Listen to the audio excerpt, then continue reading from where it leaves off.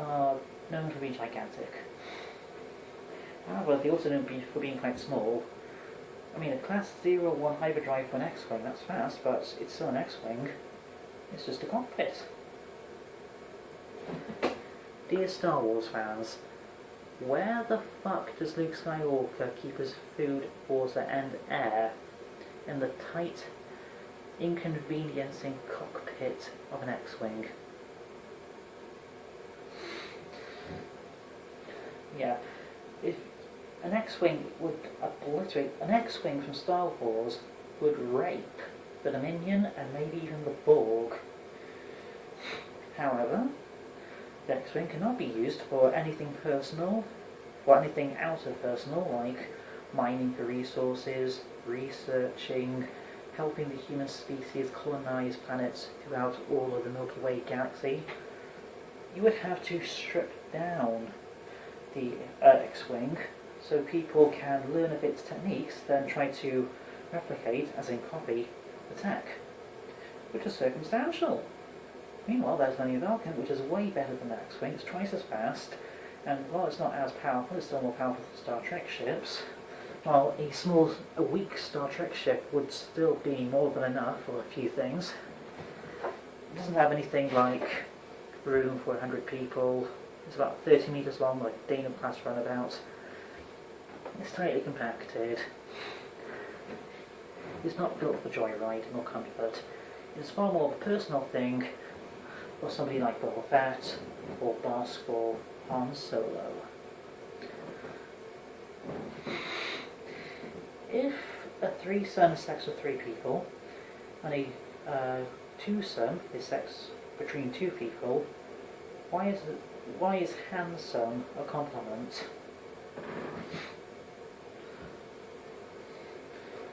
It's tight screen.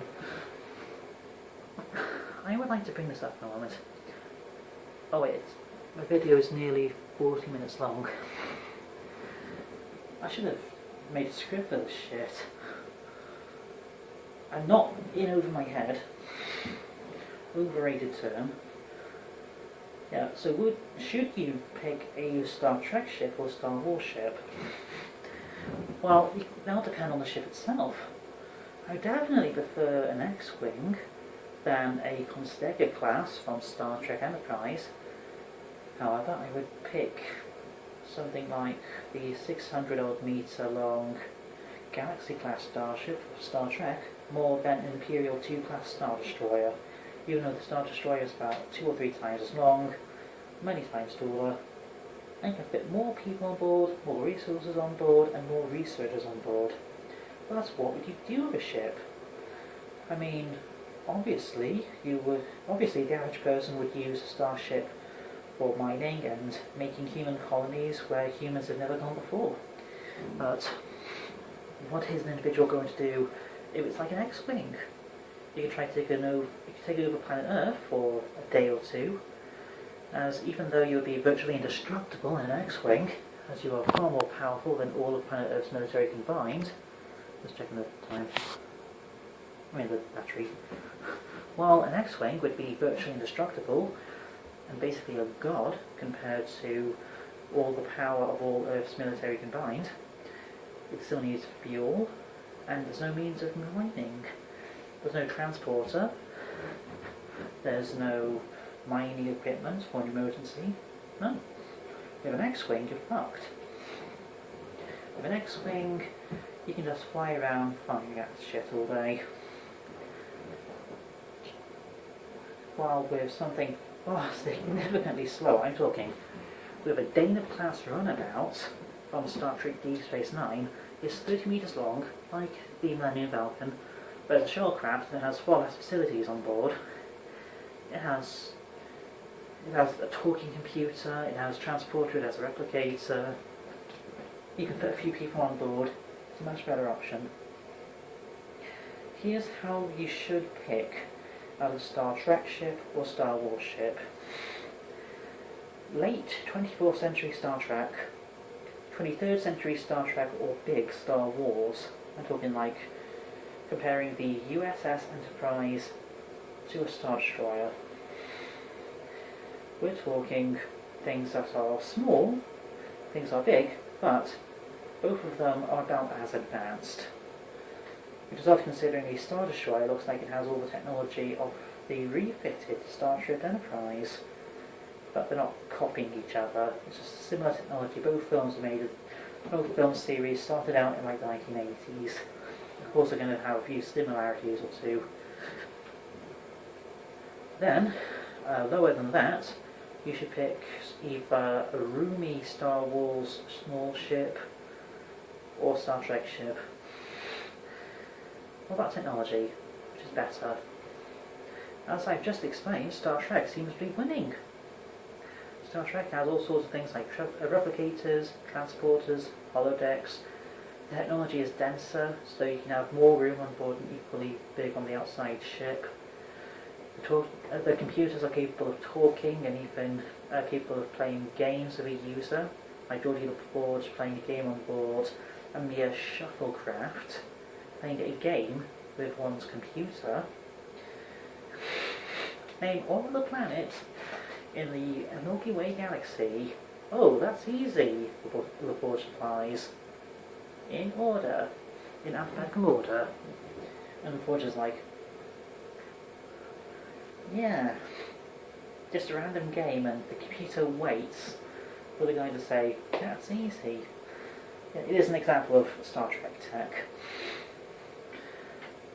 In general, if you had technology, just the technology, like all of the fleets, like all the different copies of all the ships from Star Trek, 22nd century, 23rd century, 24th century, Star Wars, from the Old Republic, the New Republic, the Imperial Empire, the First Order, the New Order, whatever it's called, the New First Order shit. I guess the First Order, that was what it was called. Plus the rebel factions, the separatists, the People Guns, the Rebel Alliance, the Resistance, Jedi, Sith, Neutral.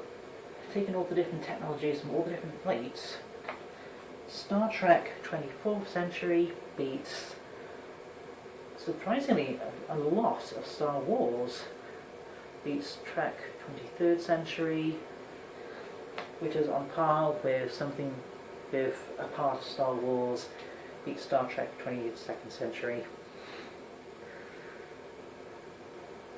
It takes like 2 hours to upload a video that is about 10 minutes long. This video is 43 minutes long.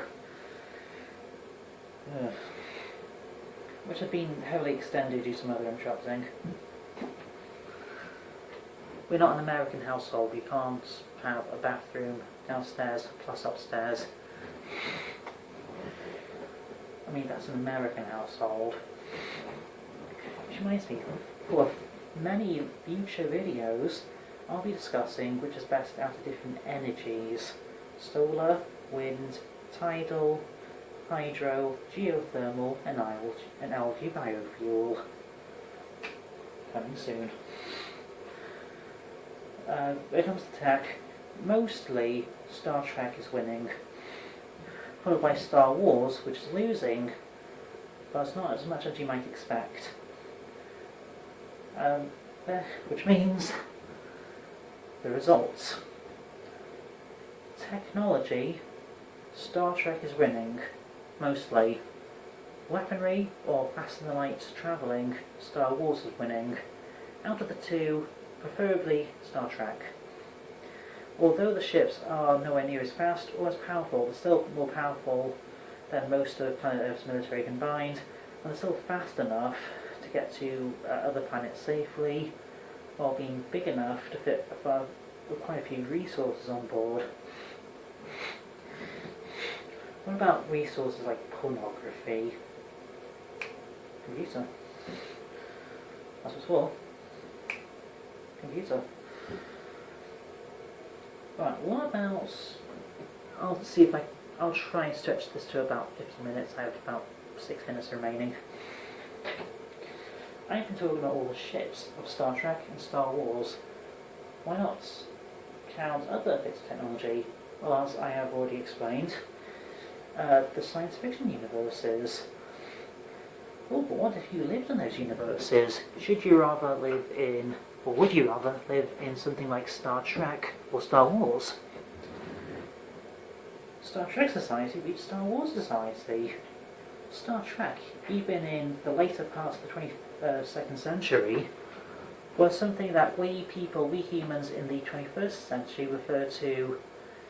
Well, they are what we human beings in the 21st century refer to as a post-something society, a post-scarcity civilization. I'm being pulled down with gravity. I'm sitting on the edge of the bathtub. For the record, post-scarcity civilization is a misuse of term. Post means it's during or after, while scarcity means a lack of resources. So it could mean during a lack of resources or after a lack of resources. But post-scarcity means you have more than enough resources than you will ever need, at least for a short duration. Which could work if it was after a lack of resources, but if your society or civilization had a decent amount of resources, but then had a lot more than you would ever need, it's not post-scarcity, it's just non-scarcity. It should be called anti-scarcity civilization. Star Trek is an anti-scarcity civilization. With things like energy to matter conversion, well, they have such things like, for example, goddamn energy to matter conversion. Put a solar panel on a replicator, put the replicator in a desert, and put your replicator to replicate glass